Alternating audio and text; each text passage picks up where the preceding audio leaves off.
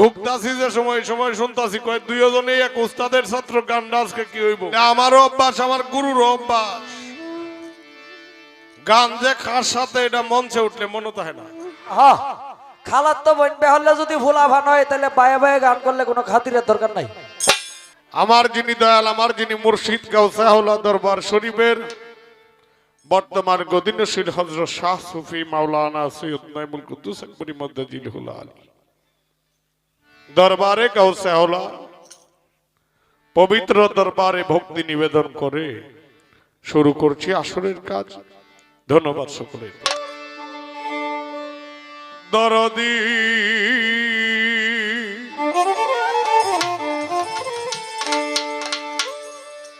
দরদি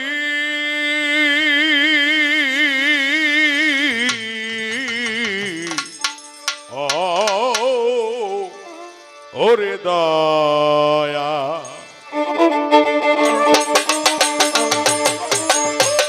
এ বিশ্ব মাঝে যেখানে যা সাজে তাই দিয়ে রেখেছো সাজাইয়া। এ বিশ্ব মাঝে যেখানে যা সাজে তাই দিয়ে রেখেছো সাজাইয়া। এ বিশ্ব মাঝে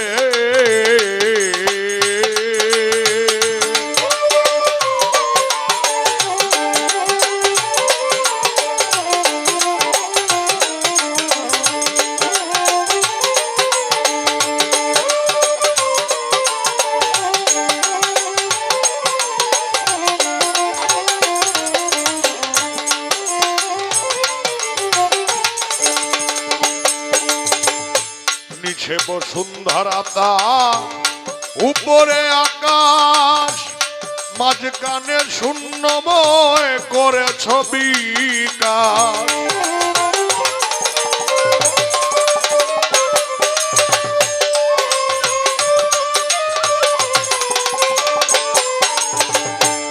নিচে বসুন্ধরাতা উপরে আকাশ মাঝখানে শূন্যময় করে ছবি ধীরে সমীরে বহিয়ে বাতাস।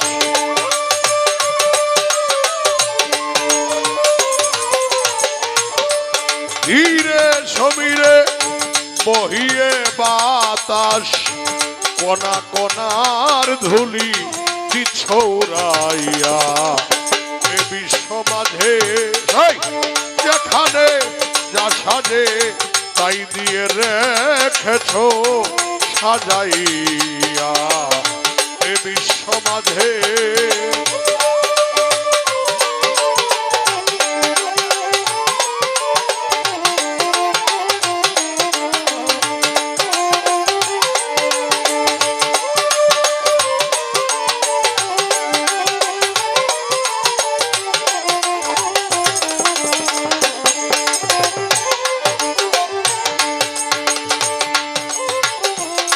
ক্ষমা নাই ক্ষমা নাই দিবস সর্বরি সকল সময় করে সেজে প্রেম চরাচরি সেজে রসের নাগরী পরানো পিয়ারি।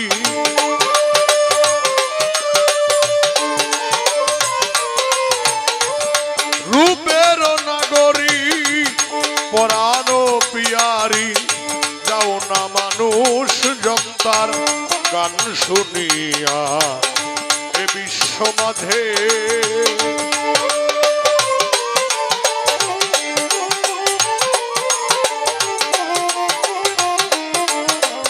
বেলাটা হালকা চিকন করে বাড়াও।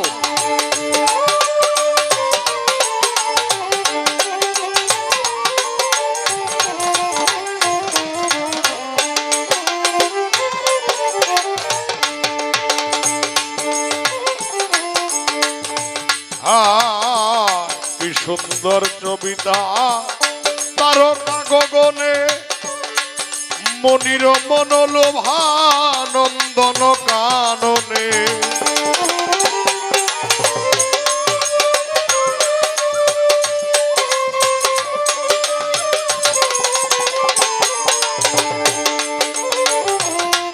সুন্দর কবিতা তারকা গগনে মনির মনোলুভা নন্দন কাননে আধার রাতে জোছনা দানে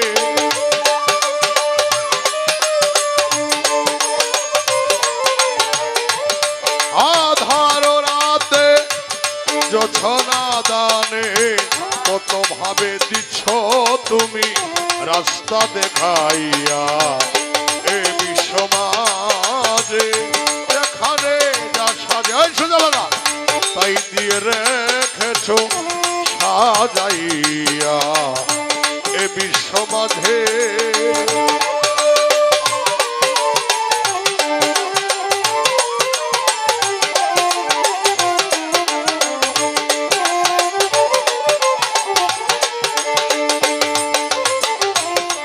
বাউল কবি রশিদউদ্দিন বলে বিহঙ্গেরই গায়ে ছুটা কুয়াশার শোনে থাকো হিমালি গুহায়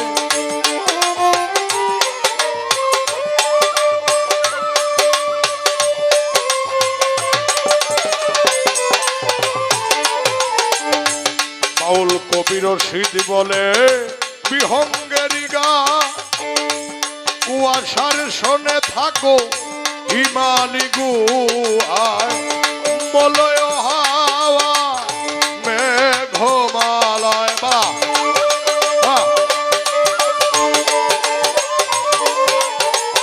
মলয় হাওয়ায় মেঘমালয় আছো তুমি প্রভু তাতে মিশিয়া এ বিশ্বমাঝে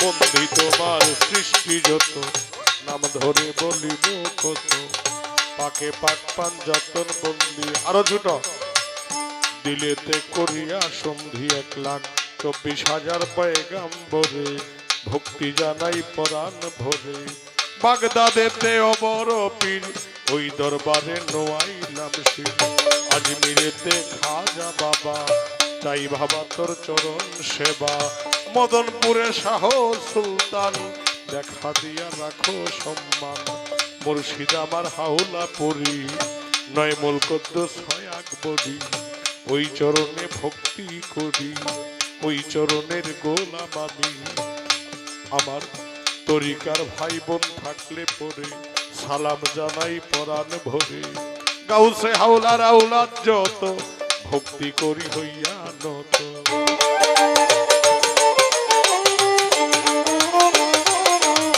সাধক মিরাজ আলী সাহেবের বাগ দরবারে ভক্তি জানাই পরাণ ভরে তবে আমার ভক্তবৃন্দ আছেন যারা ও তার ভক্তবৃন্দ যারা যারা আমার সালাম নেবেন তারা সকলেরই পাক চরণে ভক্তি করি পরাণ ভরে এই পর্যন্ত বন্ধনাগা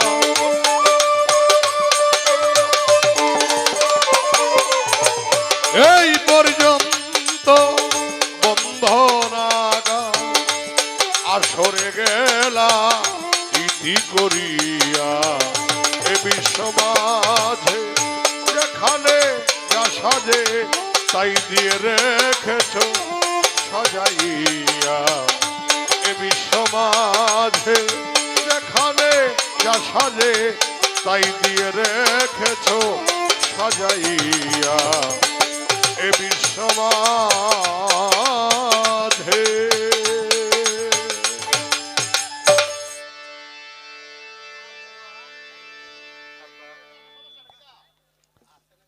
যাক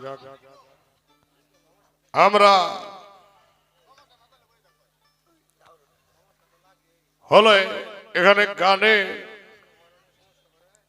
বন্দনা শেষ করলাম একটা গান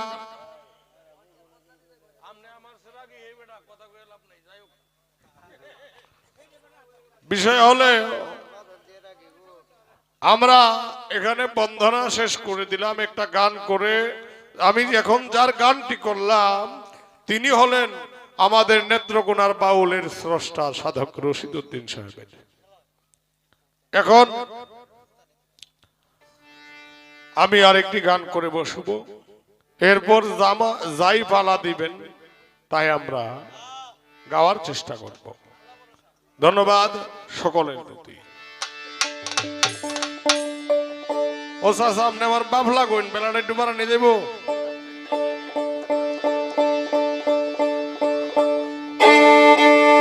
এই হন বাপ ডাকছি যে একটু বাড়াইছে, আর একটু চিকন করবেন সাউন্ডটা।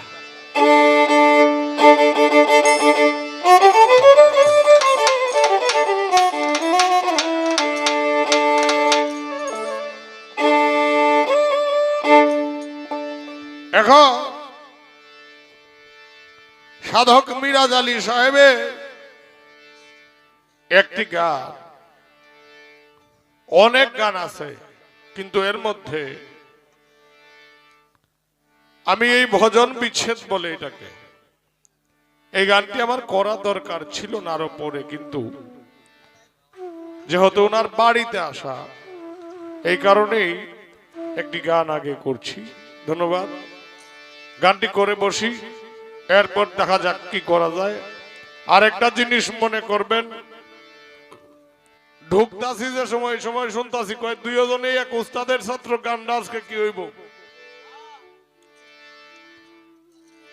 এটা আমার অভ্যাস, আমার গুরুর অভ্যাস। গান যে কার সাথে এটা মঞ্চে উঠলে মনে থাকে না, যেমন লয় তাও। একটা বিষয় লক্ষ্য করবেন, আপনারা সাধকের এলাকার মানুষ, আর বর্তমান বাউল গান তখন কি যে আরম্ভ হয়েছে জানো নি আপনারা নাকি? হ্যাঁ, এটা হইল এখন তার ছাড়া কিছু মাইক্রোফোন বাইর করছে যে মাইকোলার আইডি কিনে আনে, কারণ তার দেখ কুলাই তারে না হনা। হ্যাঁ, তার দেখ কুলানি যায় না। বাউল গানের অবস্থায় এই, আগে যারা বাউল গান শুনতো তারা জ্ঞানী ছিল, এখানে কিন্তু অনেক জ্ঞানী মানুষ আছে আমি জানি, কিন্তু আমার পিছন দিয়ে যিনি উপস্থাপনা করতেছেন ওনাও একজন মানুষ। ওনা আমার গান শুনে হয়তো আইমা ফকির বাড়িতে তার সাথে আমার একটু দেখা হয়েছিল।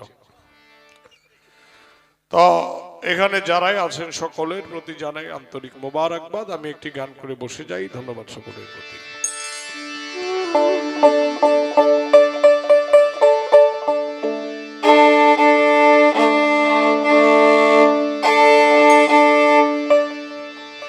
ওই আমার আর কি বন্ধু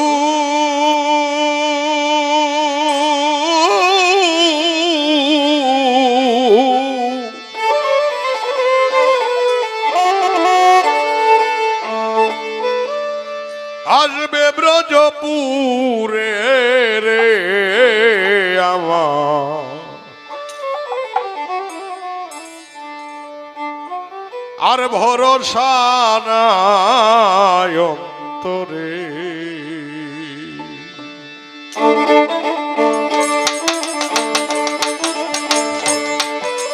আর কি বন্ধু আসবে ব্রজপুরে রে আমার, আর ভরসা নাই অন্তরে আমার, আর ভরসা নাই অন্তরে।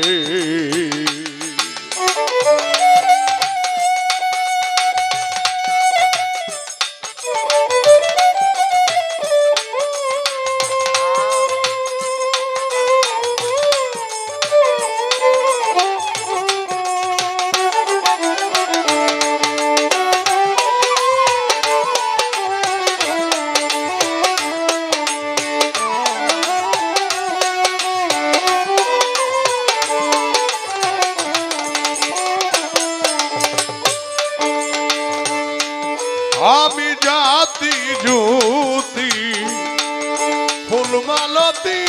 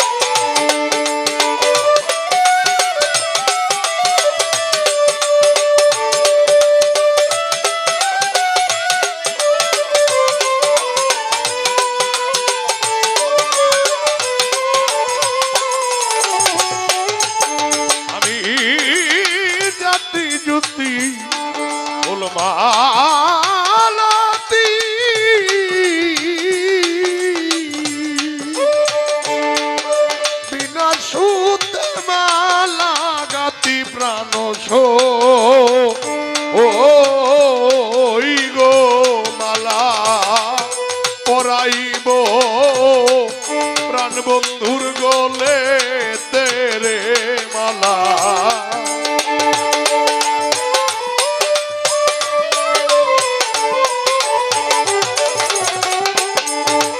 পরাইব প্রাণই মূলের গলে তেরে আমার আর ভরসা নাই তোরে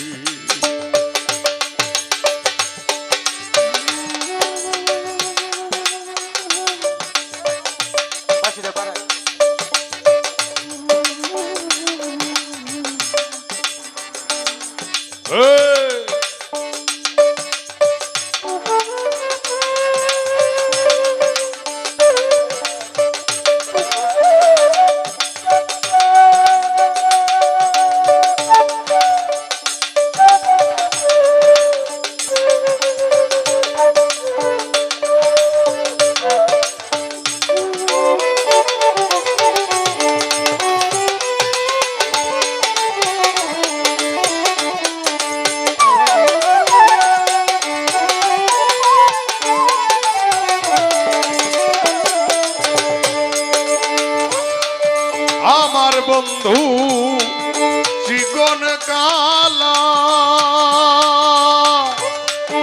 হাতে লইয়া বাজায় বেহালা প্রাণ সই সই গো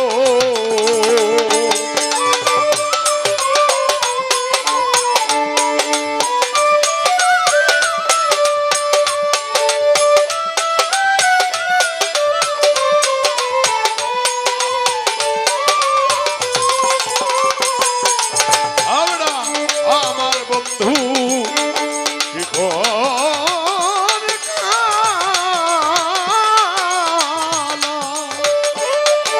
হাতে লইয়া বাজায় বেহালা প্রাণ সই সই গো আমি বেহালার সুরে রইতে নারী ঘরে রে আমি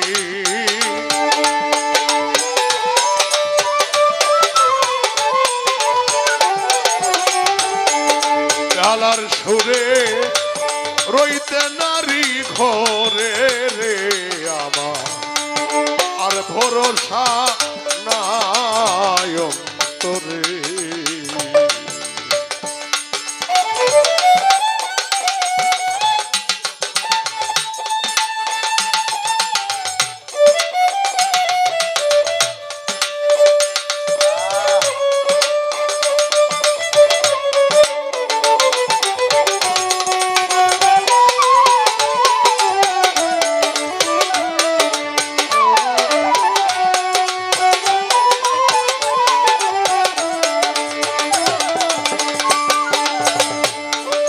ওরে কাঙাল মীরা জালি গো বলে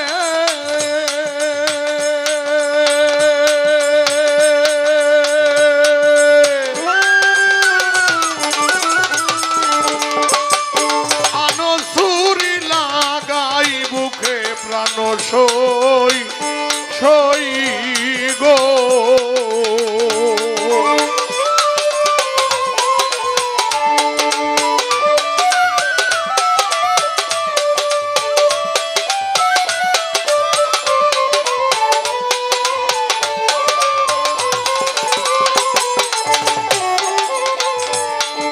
কাঙাল মীরা হরি মেড কি আরম্ভ করছেন সৌন্দর্য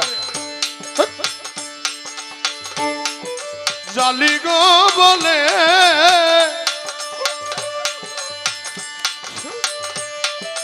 আনো ছুরি লাগাই বুকে প্রাণ সই সই গো আমি কলঙ্ক নাম রেখে যাই সংসারে রে আমি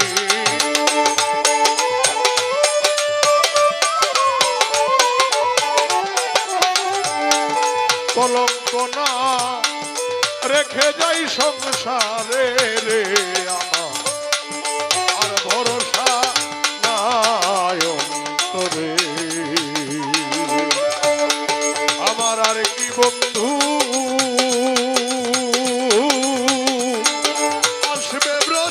পুরে রে আমার আর ভরসা নাই অন্তরে আর ভরসা নাই অন্তরে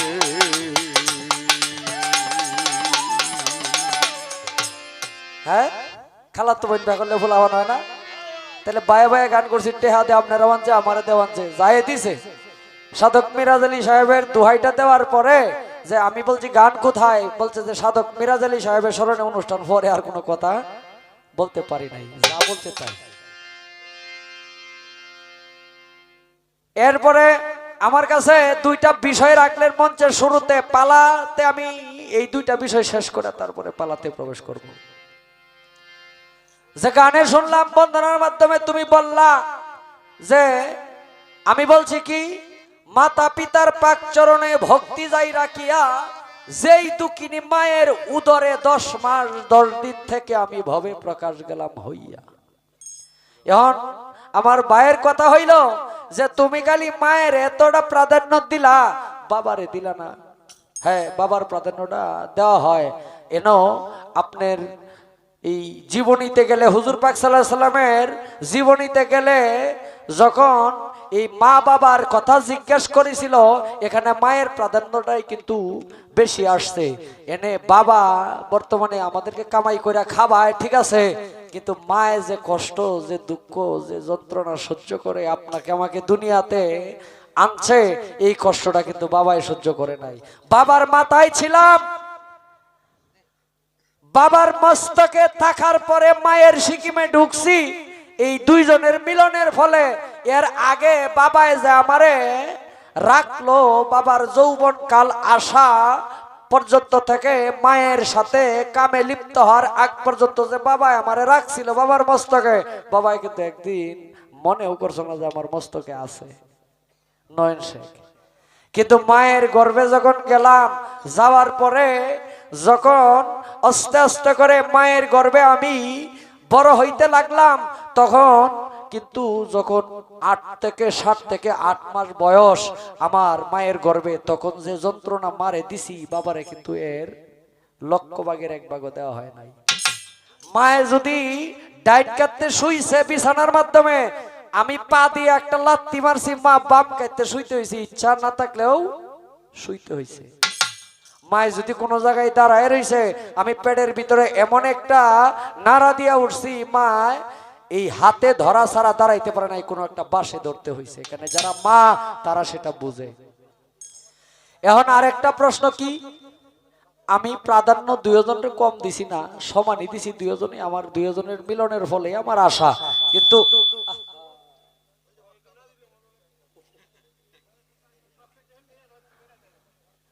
আপনারে বলছি কি, এই মনিটরটা এন থেকে উপরে উঠাই দেন, এটাই যে বাঁশিটারে অনেক সময় ডাক মারে, মাথাটা ঘুরান মারলে, এটা বুঝেন নাম নেই। একবার সিস্টেম করে নিয়ে নেন, 5 মিনিট সময় পাবলিকের লস করেন। সারা রাত্র যদি একই কথা বারে বারে কই, সাউন্ড তো খারাপ না, আমাদের সেটিং এ একটু সমস্যা আছে। বলতেছে যে নূরের নবী জন্ম নিল, 14 ভুবন নেচে উঠলো, সাল্লুওয়ালা গাইল মানুষ বেশে, দয়াল নবী আইলেন আরব দেশে। এখন ওনার বিষয় হলো যে আমার দয়াল নবীজি তো জন্ম নেয় নাই। এই কথা কোন যেত না, যারা কাজ করে এরা কাজ করুক। এখন জন্মে শব্দের অর্থ কি, জন্ম শব্দের অর্থ কি সেটা আগে একটু বুঝতে হবে, নাইলে কিন্তু ওই জন্ম আপনি বাবার সাথে মিলন হইল মায়ের পরে একটা সন্তান হলে এটাকে জন্ম বলে, বিষয়টা কিন্তু এনেই শেষ না। জন্ম শব্দের অর্থ উৎপত্তি, জন্ম শব্দের অর্থ উদ্ভর, জন্ম শব্দের অর্থ সৃষ্টি, জন্ম শব্দের অর্থ ভূমিষ্ঠ, জন্ম শব্দের অর্থ আবির্ভাব। 6 ভাবে জন্ম শব্দটাকে ব্যাখ্যা দেওয়া হয়েছে, 6 ভাগে। এখন এই যে আবির্ভাব এক জিনিস, উৎপত্তি আরেক জিনিস, উদ্ভর আরেক জিনিস। এখন আমার দয়াল নবী যে উনি কিন্তু জন্মগত না, উনি প্রেরিত, আমি জানি। কিন্তু সাধকের গানটার মধ্যে রস দিতে গিয়া এটা বলছে, এই ব্যাখ্যার মাধ্যমে আপনার এই মনে করেন যে আপনাদের এই বাজারের নাম কি? অভয় পাশা বাজার। হ্যাঁ, অভয় পাশা বাজারটা যে কোনো একজন ব্যক্তির নামে নামকরণ করা হয়েছে একটা বস্তুর উপরে নির্ণয়। এখন অভয় পাশা বাজারে কি খালি একজন ব্যক্তি বসবাস করে? এখানে শত শত দোকান আছে, শত শত কোয়ালিটির মানুষ এখানে আসা যাওয়া করে, কিন্তু বাজারের নাম কিন্তু একটাই, অভয় পাশা। এটার ভিতরে লুকায়িত আরো অনেক বস্তু থাকতে পারে বা আছে। রাখলাম। এখন পালা হলো আজকের জীব এবং পরম। এখন ঠিক আছে, সেটিং ঠিক আছে। বাহ, মনিটর তাহলে বন্ধ করে দিন, এটা এইদিকে ঘুরাই দিলে লাভ কি? হ্যালো, হ্যাঁ তাক, এনেই তাক। আমি পালায় প্রবেশ করব। কমিটির সিদ্ধান্ত অনুসারে জীব এবং পরমের ভূমিকায় দুইজনকে দুইটা ধারা দেওয়া হয়েছে। আমি অদমের কাছে আসছে জীবের ভূমিকা, আমার যিনি আজকে শ্রদ্ধেয় বড় ভাই ওনাকে দেওয়া হয়েছে পরমের ভূমিকায়। খাতির কিন্তু আজকে আমিও করতাম না, আজকে আল্লাহগিরি দেখায়া থয়ে যাওয়ার লাগবে না। আজকে আপনারা যার যা সাউনের আশা আকাঙ্ক্ষা আছে স্বয়ং উপস্থিত। কেউ রে মনে করেন যে কোনো দিকে ফালাই তো না, ইনশাল্লাহ একবারে যার যারা দরকার খালি লয়ে যাবেন, কোনো ঝামেলা নেই। আমি আমার ভাবে ছাওয়া শুরু করতেছি।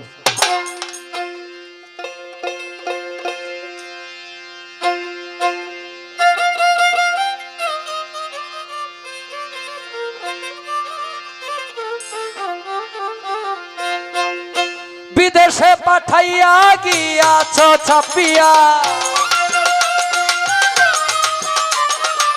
বিদেশে পাঠাইয়া গিয়াছ ছাপিয়া, পাই না খুঁজিয়া তোমার দিদার, পাই না খুঁজিয়া তোমার দিদার, পাই না খুঁজিয়া তোমার দিদার, পাই না খুঁজিয়া তোমার দিদার।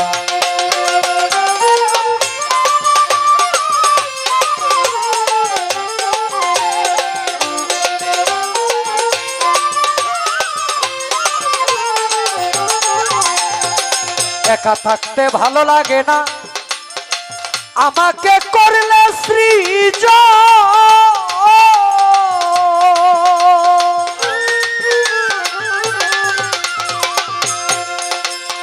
এখন কেন লুকিয়ে থাকো চুরেরই মতো, চুরেরই মতো।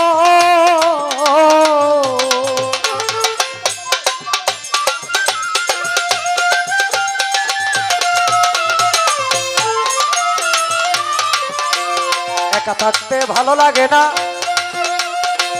আমাকে করলে সৃজন, এখন কেন লুকিয়ে থাকো চুরেরই মতন, চুরেরই মতন। তুমি তাও হে দর্শন পুরাওয়া কিঞ্জন, তাও হে দর্শন পুরাওয়া কিঞ্জন, করিতে আলাপন বাসনায় আমার, পাই না খুঁজিয়া তোমার দিদার, পাই না খুঁজিয়া তোমার দিদার, পাই না খুঁজিয়া তোমার দিদার।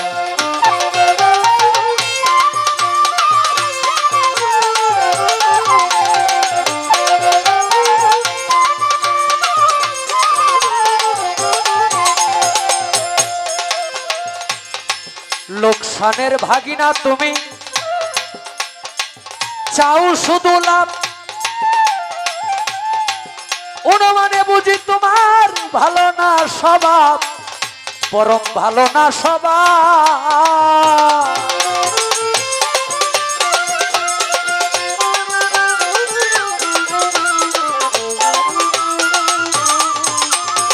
লোকসানের ভাগিনা তুমি, চাও শুধুই লাভ, অনুমানে বুঝি তোমার ভালো না স্বভাব, ভালো না স্বভাব। আমায় দিলে যত বেতা, আমায় দিলে যত ব্যথা, কি বলিব তার কথা,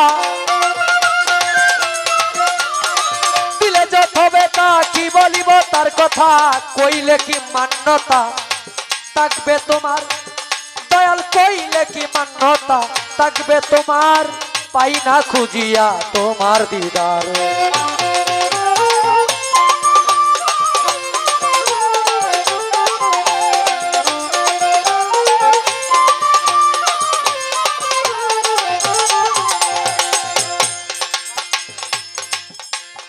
বুঝেছি বুঝেছি মাওলা চালাকি তোমার, এই জীবের কাঁধে বন্দুক রেখে তুমি করো শিকার, তুমি করো শিকার।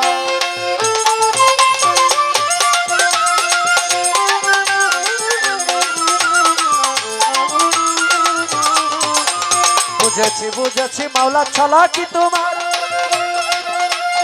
আমার কাঁধে বন্দুক রেখে তুমি করো শিকার, তুমি করো শিকার।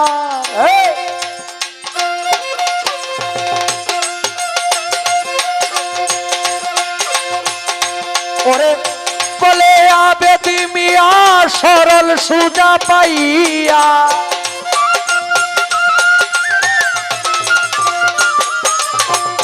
বলে আবেদি মিয়া সরল সুজা পাইয়া, কয়দিন খাটাইয়া গেলে ভবেরি বাজার, পাই না খুঁজিয়া তোমার দিদার।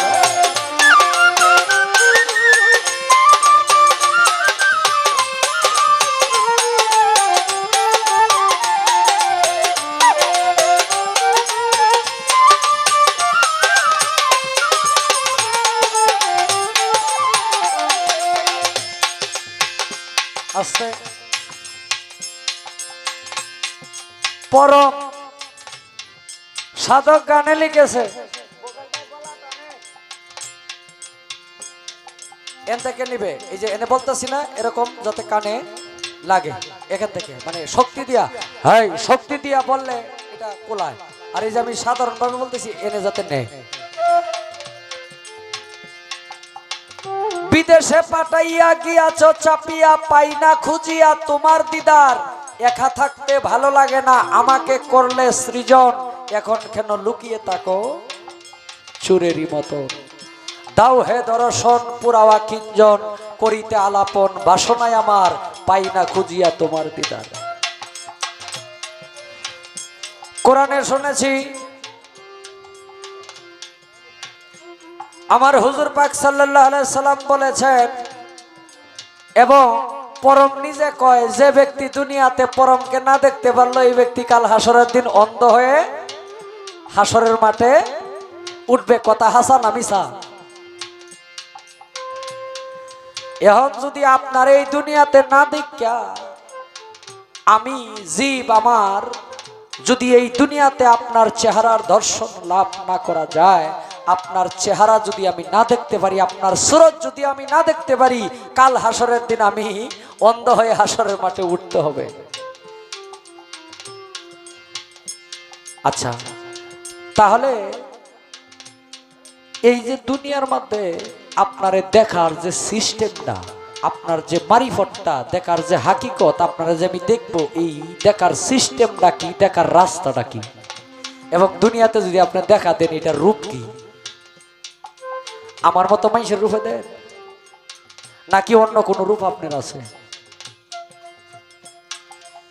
দুনিয়াতে যে আপনাকে দেখতে হবে, আপনি বললেন আপনাকে যে ব্যক্তি দুনিয়াতে না দেখতে পারলো, কাল হাসরের দিন সেই ব্যক্তি অন্ধ হয়ে মাঠে হাসরের মাঠে উঠবে, সেই ব্যক্তির সামনে চোখে আল্লাহর চেহারা বাঁচবে না।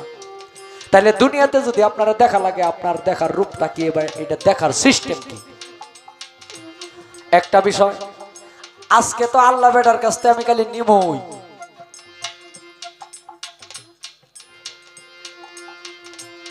পরমের কাছ থেকে আজকে আমার শুধু নেওয়ার পালা, আমি দেওয়ার জন্য কোনো কিছু রাখি নাই। সাধক মন পুটলি বেঁধে রেখে দিলাম তোমার নামে, তুমি তাকে মনের প্রহরী, মনে আমার টাকা করি, আমানত বিশ্বাসী হরি, তোমার মতো আর কে আছে? মন আমার দরিদ্রের ধন, কে জানি কখন করে হরণ, একলা প্রাণে ভয় করে তাই চুর ডাকাতে সদাই ঘুরে, সবখানা মন পুটলি বেঁধে রেখে দিলাম তোমার কাছে। আমার বলতে যা কিছু সত্য তুমি হেফাজত করো। তুমি পরম, তুমি স্রষ্টা না পরম? আরেকটা বিষয়, তুমি স্রষ্টা না পরম? যদি বলো দুটোটাই তুমি, তাহলে আল্লাহকে, আর তোমার লগে বর্তমানে আগের যুগে মানুষের কাছে খবর লইতো সিডি দেয় নাকি? হ্যাঁ, আর এখনের যুগে কি মোবাইল।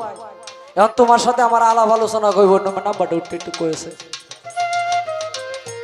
তোমার সাথে যে আমার আলাপ আলোচনা হবে, তোমার নাম্বারটা কত, সিরিয়াল নাম্বারটা কত? গ্রামীণ নাম্বার হলো 01755, আমার নাম্বার যেটা আর কি আমরা যেটা চালাই 01755790276, এই 10-11টা নাম্বার। এর মধ্যে ফোনের নাম্বার, টেলিফোনের নাম্বার হয়তো 60টা থাকে, বিদেশি নাম্বার আরো বেশি থাকে। তোমার নাম্বারটা কি? তোমার লাগে যে আমার যোগাযোগটা হইব, এই নাম্বারটা একটু উঠে কইও তুমি। রাখলাম ছোট্ট করে দুইটা বিষয়। এরপরে দেখি আমার পরম দেহার তো কোনো কিছু নাই, দেহার কোনো কিছু নাই। হেলা যা করে, হেলা যদি আমার গতি দেয় আগুনের মধ্যে, এনে আমার গতি। আর যদি আমার ব্যস্ত হয়, ব্যস্তের মধ্যে আমার গতি যেখানে ইচ্ছা সেখানেই রাখতে পারে, কোনো ঝামেলা নেই।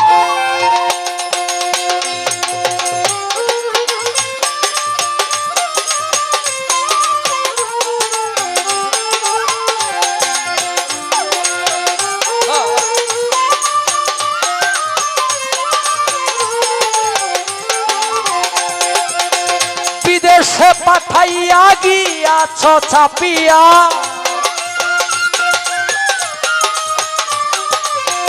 বিদেশে পাঠাইয়া গিয়াছ ছাপিয়া, পাই না খুঁজিয়া তোমার দিদার মাওলা, পাই না খুঁজিয়া তোমার দিদার, পাই না খুঁজিয়া তোমার দিদার, পাই না খুঁজিয়া তোমার দিদার, পাই না খুঁজিয়া তোমার দিদার।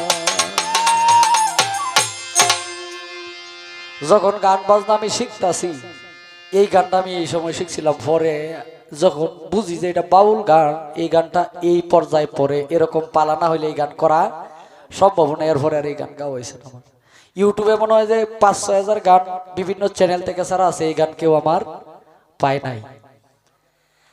এই যে জীব পরম যে পালাটা, জীব এবং পরম যে পালাটা, পালাটা কিন্তু এটা বিশাল বড়, এর উপরে কোনো জায়গা নাই আর যাওয়ার, পরমের উপরে কোনো জায়গায় যাওয়ার ভাও নাই। এখানে গানটা থাকতে হবে পালার ভিতরে, আলোচনাগুলো পালার ভিতরে রাখতে হবে। আমি ক্ষুদ্র মানুষ, কতটুক সম্ভব আমি জানি না, আপনাদের দোয়ার আশা করি। যেই সাধকের অনুষ্ঠানে আসলাম, সেই সাধকের নেক নজর যেন আমার উপর থাকে, মালিক যেন রহমতের দৃষ্টিতে রাখে। ধন্যবাদ সকলকে। আমি সাধক মিরাজ আলী সাহেবের একটি গান, যে গানটা আমি জানি সেটা করে বসে যাব।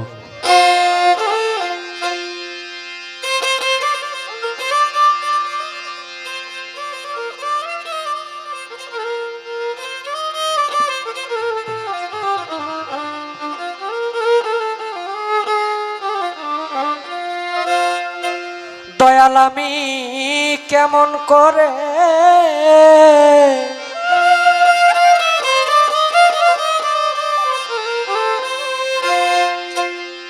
পারে যাব,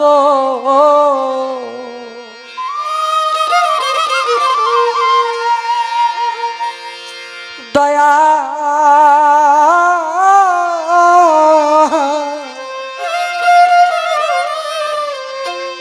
আমার নাই কোনো এবাদতি, এবাদতি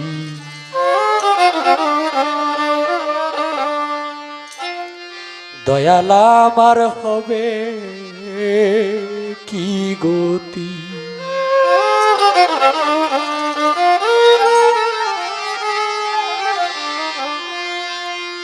প্রত্যেকটা গানের মাধ্যমে স্যালেন্ডার করা হয়েছে পরমের কাছে, দয়ালের কাছে স্যালেন্ডার করা হয়েছে। যিনি সাধক, গানের ভাষায় প্রথম যে মুখটার মাধ্যমেই বলা হয়েছে, আমি কেমন করে পারে যাব, নাই কোনো এবাদতি, দয়াল আমার হবে কি গতি।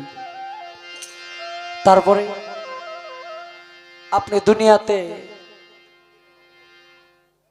অনেক সুন্দর করে একটা শখ করে জীবনে যা উপার্জন করছিলেন সমস্ত টাকা পয়সা দিয়ে একটা বাড়ি করলেন।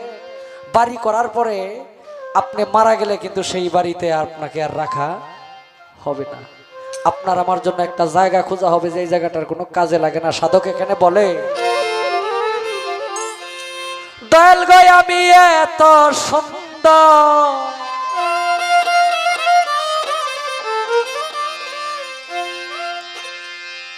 ঘর বাড়ি তুই দয়া কেমনে যাইব বিদায় হইয়া গো।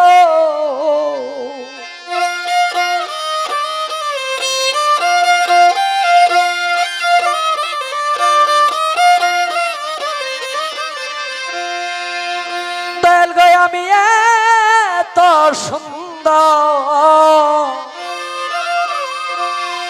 ঘর বাড়ি তুই দয়া কেমনে যাইব বিদায় হইয়া গো। আমি 2 দিনের লাগি আসিয়া গো দয়া,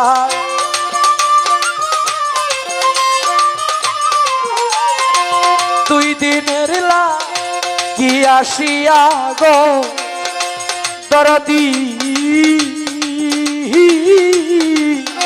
পারায়াছি পিরিতি। দয়াল আমার হবে কি গতি, দয়াল গো দয়াল আমার হবে কি গতি।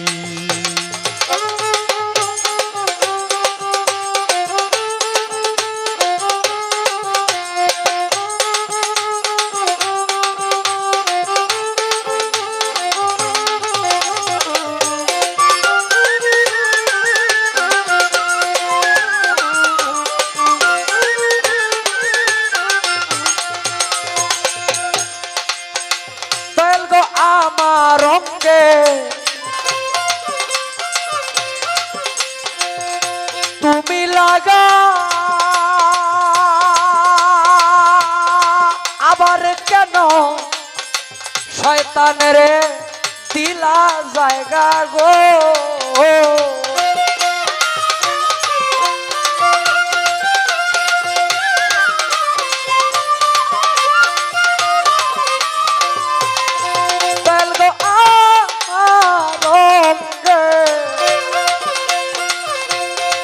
তুমি লাগা কেন শয়তানের আবার দিলা জায়গা গো।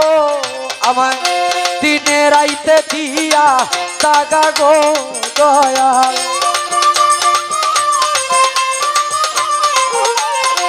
দিনে রাইতে আমার দিয়া দাগা গো দয়াল। করলো আমার ডাকাতি, দয়াল আমার হবে কি গতি, দয়াল গো দয়াল আমার হবে কি গতি।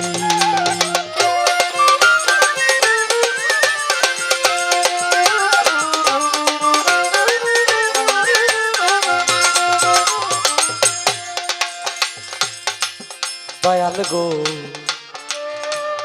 স্ত্রী পুত্র সবাই মিলে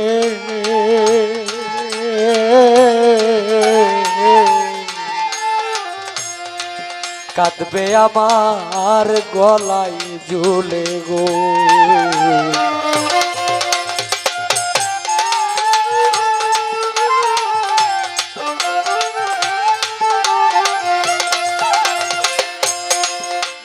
স্ত্রী পুত্র কলে মিলে কাঁদবে আমার গলায় ঝুলে গো।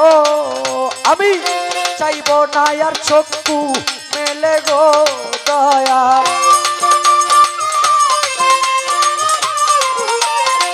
চাইব না আর আমি চক্ষু মেলে গো দয়াল। উড়িয়া গেলে পাখি দয়াল আমার হবে কি গতি, দয়াল গো দয়াল আমার হবে কি গতি।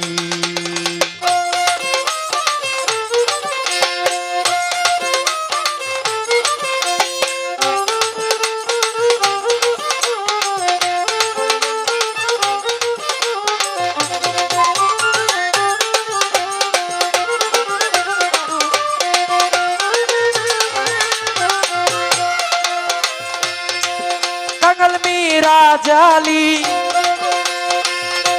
এই প্রার্থনা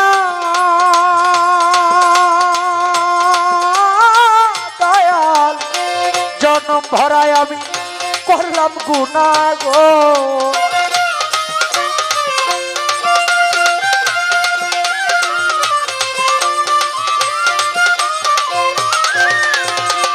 কাঙাল মীরা জালি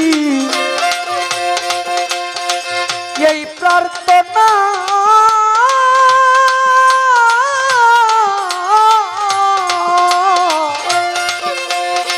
জনম ভরায় করলাম গুনাহ গো। মাপ কইরা দাও ভুল আর করব না গো দয়া। মাপ কইরা দাও ভুল আর করব না গো দরদি করি আমি মিনতি। দয়াল আমার হবে কি গতি, দয়াল গো দয়াল আমার হবে কি গতি। কেমন করে পারে যাব গো দয়াল, কেমন করে পারে যাব গো দয়াল। নাই কোনো এবাদতি, দয়াল আমার হবে কি গতি। দয়াল গো দয়াল আমার হবে কি গতি। দয়াল গো দয়াল আমার হবে কি গতি।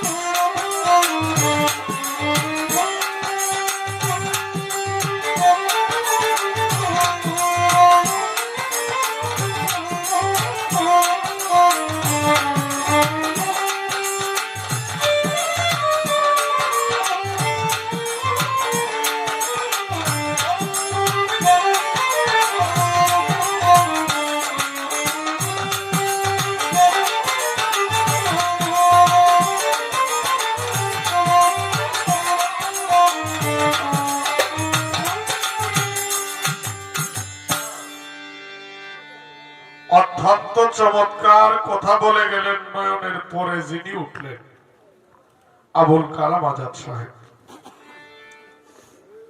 বাউল কবি মিরাজ আলী সাহেব, আমাদের যিনি বরবাদ গুরু সাধক জালালউদ্দিন খাঁ সাহেব, দুইজন গান করেছিলেন। তাদের মতো গাইতে পারবো না, কিন্তু একটা জিনিস কি কাজী নজরুল ইসলাম বলেছেন, ঘুমিয়েছে শিশুর পিতা সব শিশুদের অন্তরে। যদি আজকের শিশু আগামী দিনের ভবিষ্যৎ, আবুল কালাম আজাদ ভাইজানকে আমি বলবো আমার জন্য একটু দোয়া করবেন যাতে ভালো গাইতে পারি। গানটা করবো আমি আজকে।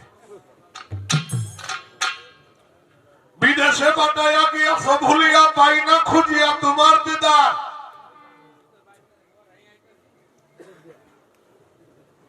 একা থাকতে ভালো লাগে না আমারে করলে সৃজন, এখন কেন লুকিয়ে থাকো চুরের মতো দিয়ে ধরসন পুরাওয়া কিঞ্চন করিতে আলাপন ভাষণ আবার নাকি?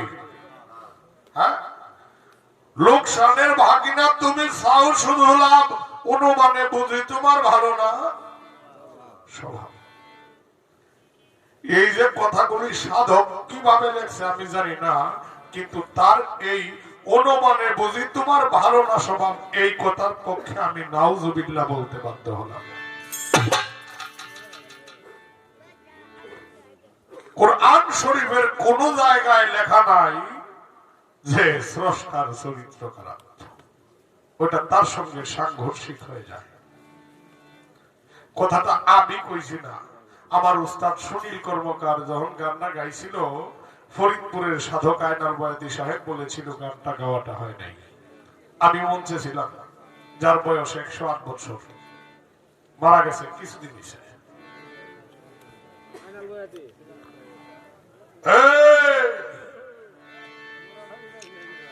লোকসানের ভাগিনা তুমি চাও শুধু না, অনুমানে বুঝি তোমার ভালো না স্বভাব। নয়ন, এই কথাটার পক্ষে আমি নাই। কেন? আল্লাহ বলেছেন মা এবং বাবার মধ্যে একটা সন্তানের জন্য দয়া বেশি মায়ের। যারা বুট খাইতেছেন একটু কম শব্দ করবেন। মা এবং বাবার দয়ার থেকে আমি আল্লাহ আমার বান্দার প্রতি তার থেকে 10 ভাগ দয়া বেশি। কয় ভাগ? কয় ভাগ বেশি? 10 ভাগ বেশি। বাবাজি, যার নাকি বান্দার প্রতি 10 ভাগ দয়া বেশি, হে কোনদিন বান্দার জন্য খারাপই করতে পারে? হ্যাঁ, তাইলে আমি বলতে চাই আমার আল্লাহ বান্দার জন্য কখনো খারাপই করে না।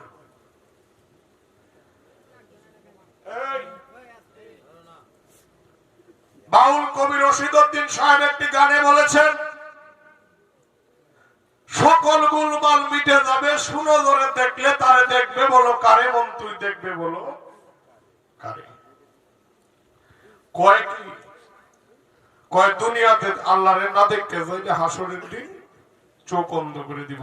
এখন আল্লাহরে দেখার ব্যবস্থাটা কি? এই কথাটা প্রশ্ন করছেন আমারে। আমার রাসূল যখন মেরাজে গমন করলেন, কথাগুলি খারাপ লাগে? আমার কথাগুলি প্রত্যেকটা কথা হাদিস এবং কোরআনের আলোকে থেকে আমি জবাব দেওয়ার চেষ্টা করব, যদিও চোখকে না দেখি। মেরাজে নবী করিম সাল্লাল্লাহু আলাইহি সাল্লাম গেলেন, আমার আল্লাহকে বললেন, আমার রাসূল, ইয়া আল্লাহ, আমি আপনাকে দেখেছি, কিন্তু আপনাকে আমার উম্মত কি দেখতে পারবে? আমার আল্লাহ বলছেন, না বন্ধু, আপনি আমাকে দেখেছেন, কিন্তু আপনার উম্মতের ক্ষমতা নাই।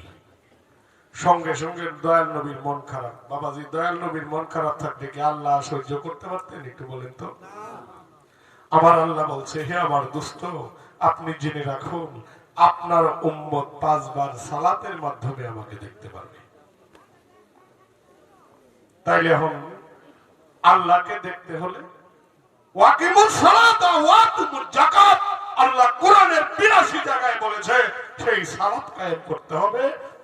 নবী করিম সাল্লাল্লাহু আলাইহি সাল্লাম সেই কথা শুনে অত্যন্ত খুশি হয়ে গেছেন, যে কারণে আমার আল্লাহ বলেছেন, হে আমার বন্ধু, হে আমার দোস্ত, আপনি জেনে রাখুন আপনার উম্মত আমার সাথে দেখা করতে পারবে, আমাকে দেখতে পারবে 5 বার সালাতের মাধ্যমে। জবাব শেষ করে দিছি। এখন কয় তুমি আল্লাহ না স্রষ্টা না পরম, জিজ্ঞাসা এটা আমার কিন্তু মনে আছে। আচ্ছা বাবাজি, আপনারা আগে আমি একটা কথা জিজ্ঞাসি, এই পাঞ্জাবিটা কিনতে বানাইছে একটু কিন্তু কাপড় দে না, কাপড় কিনতে হয়, সুতা তুলা দেওয়া হয়, তুলা থেকে হয়, গাছ থেকে হয়। এখন যদি কই যে গাছ দিয়ে পাঞ্জাবি বানাইছে, আপনারা বিশ্বাস করবেন? মানবেন না? মানবেন না? মানবেন না অবশ্যই।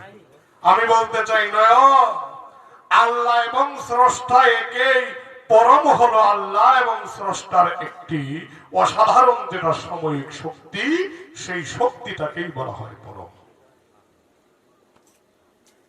এখন এরা তুমি দিলে বইতে হও। কয় বুঝেছি বুঝেছি মাওলা, সালা কি তোমার আমার কাঁধে বন্দুক রেখে তুমি করো শিকার, এই তার নাম লাগবে না। বাতাস রূপে খেলছে খেলা মাওলা সব মানুষের ভিতরে, বাতাস যেদিন বন্ধ হবে সবকিছু যাবে চলে, সময় হলে রে মানুষ সময় হলে। বাতাস রূপে আল্লাহ প্রত্যেকটা মানুষের ভিতরে খেলা। বাবাজি আমি আনোয়ার দাঁড়ায় রয়েছি, আমার দেখতেছেন না আপনারা? দেখতেছেন? আমি কিন্তু আপনাদেরকে দেখি না, মালিক দিছে না, এটা আল্লাহর কাছে আমি হাজার শুকরিয়া এর পরেও।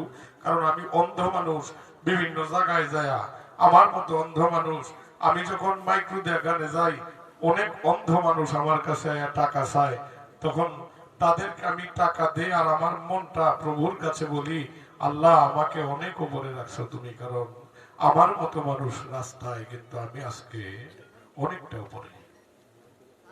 আল্লাহর প্রতি শুকরিয়া আদায় করি। কিন্তু নয়ন এই যে কইছ কি কথা, বুঝেছি বুঝেছি মাওলা, সালা কি তোমার আমার কাঁধে বন্দুক রেখে তুমি করো শিকার, কয় বাউলা বেদ নিয়ে আমারে সোজা ভাইয়া কাটাইয়া দিলে কয়দিন ভূতের বেগার। আমার একটু কথা কম লাগবে, এই গানটার মীমাংসা শেষ করতে যাই, আপনার ক্ষতি হবে, কষ্ট হবে। কথা হলো এই জায়গায় শুনো, আদম আলাইহিস সালামকে যখন আল্লাহ সৃষ্টি করলেন, তখন আদম আলাইহিস সালামকে মাটির মূর্তি তৈরি করে ৭০,০০০ ফেরেশতাদেরকে হুকুম করলেন, আদমকে তোমরা সিজদা করো। সকল ফেরেশতায় সিজদা করলো, একজনে সিজদা করছেন, এর নাম কি আপনারা কইতো দেখি একটু? হ্যাঁ, ইবলিস পরে হইছে। এর আগে যা ছিল ৭০,০০০ ফেরেশতার মাস্টার, তার নাম ছিল মুকাররম। এই কথা বলা যাবে না।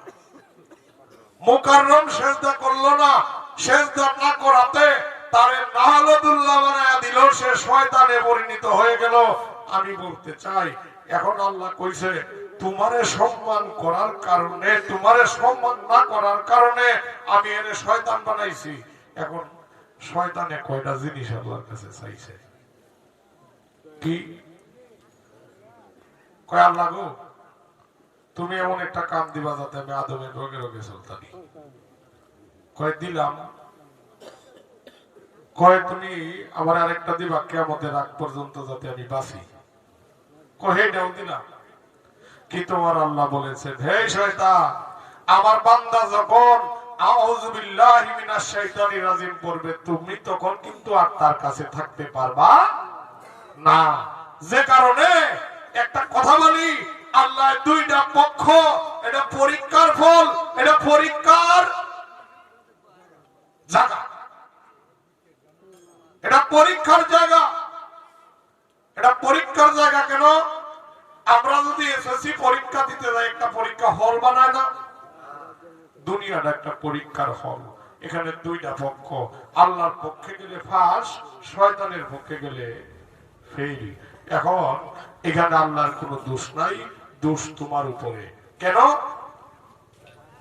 তোমার দোষে তুমি দোষী, তাই তো তোমার গলে ফাঁসি।